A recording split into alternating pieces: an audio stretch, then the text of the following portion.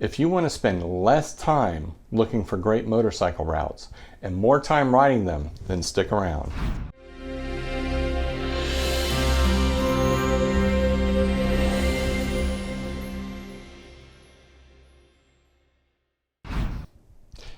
If this is the first time you've watched one of my videos, I'm going to share with you a great motorcycle route that I have personally ridden. I'm going to provide you tips about gas, food, and lodging. On these routes, I'm also going to share with you some of the local history, and I'm going to take the time to visit with some of the locals to try and get a peek behind the curtain. Best of all, I'm going to introduce you to friends that I make along the way. If you think that's awesome, which it is, make sure that you subscribe and click that bell so you're notified when we upload another video.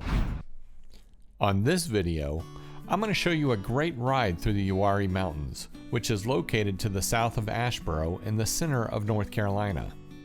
This ride is sandwiched between the Sandhills and the Pee Yadkin River. It is only about 30 minutes south of Greensboro and an hour and a half east of Charlotte. It's smack dab between Charlotte and Raleigh, so you can get there from about an hour and a half from Raleigh as well. Here is a quick overview of the ride. This ride is 152 miles in length. It is hilly with mostly sweeping curves. There are a few twisties, but nothing very challenging. I would consider this ride to be easy, fun, and relaxing. The ride will take you through the towns of Uwharrie, Troy, Mount Gilead, Eldorado, and Denton, with the starting point in Asheboro. Okay, so that's the plan. Time to saddle up and head out. Although the Uwharries are called mountains and are the oldest mountain range in North America, personally I would consider them more like hills than mountains. These mountains are estimated to be 500 million years old and to have peaked at 20,000 feet. Due to the erosion over their long lives, they now stand at about 1,000 feet. The Kerr Way Mountains, immediately to the west of Asheboro and the last section of this route, is the most northern range in the Uwharrie Mountains. The meetup spot is the American Classic Motorcycle Company and Museum. This is a very interesting spot. It is a diner, a motorcycle repair and part shop, and a classic motorcycle museum, the trifecta for many motorcycle enthusiasts. The diner opens at 6 a.m. and closes at 4 p.m. It is not open on Sundays. The museum is not large, but worth checking out, especially if you love Harley-Davidson motorcycles. They have a couple of cool knuckleheads upstairs, including a rare 1936 knucklehead. Also, he has an exact duplicate of the Easy Rider chopper. If you are interested in checking out the museum, just turn on the lights at the foot of the stairs and head on up. Just make sure to turn off the lights when you are done looking around. If you're nice to the owner, Ed Rich, he might let you take a look at his 1943 WLA Liberator that he keeps in the back. Fill up on grub while at the diner. Now, across the street from the diner, there's a gas station where you can top off your gas before starting the route. To begin this ride, head south on Mack Road toward Montgomery County. In this video, I will only cover the highlights of the ride. However, I will provide turn-by-turn directions down in the description. The first place of note on this ride is the Pisgah Covered Bridge. It is a short distance from the route on Pisgah Covered Bridge Road, and you guessed it, the community of Pisgah. Check the description for more information about this site. This historic bridge has been made into a park with a short walking path along the creek and baptismal pool. This is a beautiful place to get off your bike and stretch your legs for a couple of minutes. Heading down to Jumping Off Rock on Flint Hill Road, you will see the Jumping Off Rock trailhead on your left. This trail is part of a 53-mile Uwharrie Trail project blazed in the 1970s by the Boy Scouts. This hiking trail has been broken up over the years into several shorter hiking trails in this area. There are no vistas along this trail, but it's well maintained. It's approximately 8.5 miles long. Jumping Off Rock is not on the trail itself, but is located across the street from the trailhead and overlooks the Barnes Creek. Flint Hill Road dead ends into Ophir Road. Here you will turn left. A short distance down the road you will see Tower Road. This road turns into a gravel road and is great for an adventure bike. It is also a shortcut over to Highway 109, circumventing the town of Uwharrie. Now onward to Troy. In Troy, on the corner of Smitherman Street and North Main Street, is Uwharrie Mercantile.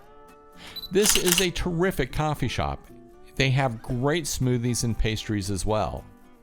Also, you can get Karen's fried pies. If the pies are not sold out, they are a local treat and quite delicious. The owner, Dana Dawson, opened the Uwharrie Mercantile because she wanted a place where the residents of Troy could easily get together and visit. She has done a wonderful job creating a cozy and friendly nook in downtown Troy. It seems to be the hub of activity every time I stop in. Now, the building they're located in is on the National Registry of Historic Places.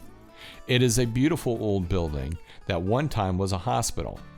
Dana shared with me her vision for the upper floors of this building, and it will be quite stunning when it's done. Now, I'm going to be doing another video about the history of this building, and when it's done, I'll put the link down in the description. Troy is a quaint town with some beautiful old homes on Main Street, and I love riding through this town. Now, once you leave Troy and you head south of Highway 73, this area was the home of Andre the Giant, of professional wrestling fame and the movie The Princess Bride. He owned a ranch outside of Ellerbe that was built to accommodate his size. I believe his home is now privately owned and not open to the public. Now, I love this ride along the PD River up to Mount Gilead. There are some nice views and it is lightly trafficked. Once you get to Mount Gilead, Milano's is a good family-owned restaurant in downtown Mount Gilead. I've eaten here and the food is good. If you want a cup of coffee or ice cream, I suggest heading down to the Speckled Paw Coffee Shop. The proprietor grew up in Mount Gilead and runs the online newspaper. He knows the area very well and is a fun person to visit with. If you want to learn more about Mount Gilead, I will put a link to another video that will tell you more about it. The link will be put in the description. Now, heading out of Mount Gilead, you're going to go by Leffler's place. Leffler's was founded in 1922 and is still serving barbecue today. I have heard that Leffler's was a favorite restaurant for both Elvis Presley and Dale Earnhardt. I don't know if this is true, but the barbecue is fantastic. You can also get a fried bologna sandwich. Their hours vary, so if you want to stop here, make sure you check their website and time your ride to enjoy a real step back in time. From Leffler's, we're going to head north through the town of Uwharrie onto the Eldorado Outpost. My understanding is the locals pronounce it Eldorado instead of Eldorado. This is a great place to fill up and get a quick bite to eat. I enjoy their fried chicken and potato wedges. Now, this is ground zero for exploring the Uwharries National Forest. By the door, there's a rack of free brochures. The most important brochure is the Baden Lake Recreation Area brochure. This will show you all of the off-road trails, campsites, primitive and developed, and hiking trails. If you enjoy camping, off-road cycling, hiking, fishing, boating, gold panning, or hunting, you have met your true Eldorado. You must have a daily permit for the off-road Eldorado Outpost. The daily permit is inexpensive. The owners here are friendly and will help you out with any questions that you have. The park is huge with tons to explore.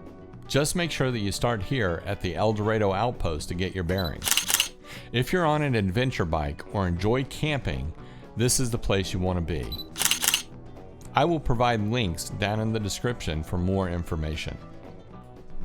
This area is where the very first gold rush occurred in the United States. Near the Reed Gold Mine outside of Charlotte, a boy found a 17-pound gold nugget that he used as a doorstop. His father, not understanding the value, sold it to a jeweler for $3.50. Later, they found a 28-pound nugget in the same area. This started the gold craze that quickly spread throughout the Uwharrie Mountains. I explored the old Coggins mine not far from Eldorado. Although the mines do not produce enough gold for commercial mining, you can still find gold in this area.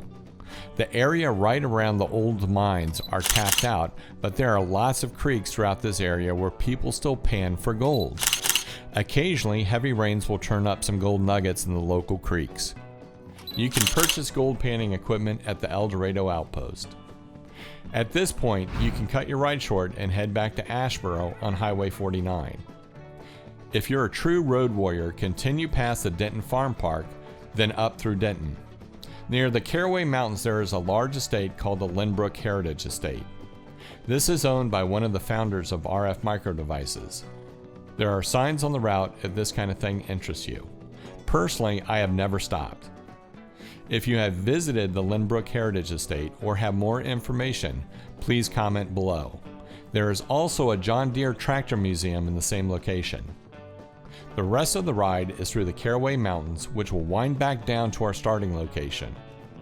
This is one of the best stretches of this ride, but is more heavily trafficked.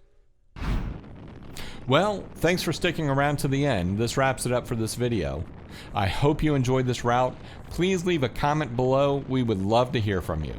Click the subscribe button, the like button, and ring the bell to be notified of future videos. A share on your Facebook page would be an awesome bonus. Thanks so much for watching.